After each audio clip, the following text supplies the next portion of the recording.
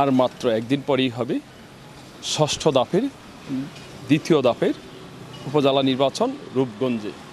আমি দাঁড়িয়ে আছি রূপগঞ্জ উপজেলা চত্বরে, যেখান থেকে আসলে এই নির্বাচন পরিচালনা করা হবে, এই রূপগঞ্জ উপজেলা নির্বাচন পরিচালনা করা হবে। আর এই রূপগঞ্জ কিন্তু মোট ভোটার রয়েছে 3,90,609 জন, যার মধ্যে পুরুষ ভোটার 2,79,000 আর মহিলা ভোটার রয়েছেন 1,90,529 জন। তবে ভোট কেন্দ্র রয়েছে 142টি, যার মধ্যে এই ভোটাররা ভোট দেবেন। আর এখানে প্রার্থী রয়েছেন 2 জন, যার মধ্যে একজন দাঁড়িয়েছেন হাবিবুর রহমান মোল্লা দোয়াত কলম নিয়ে, আরেকজন দাঁড়িয়েছেন আবু হোসেন বুইয়ার রানু, যিনি দাঁড়িয়েছেন আনারস প্রতীক নিয়ে। তবে এই নির্বাচনকে সুষ্ঠু করতে যেমনটি আমাকে জানিয়েছেন উপজেলা নির্বাহী কর্মকর্তা আহসান মাহমুদ রাসেল, যেমনটি আমাকে জানিয়েছেন নির্বাচনকে সুষ্ঠু করতে 3 প্লাটুন বিজিবি, র্যাবের 2টি টহল টিম সহ পুলিশের একাধিক টিম থাকবে। আর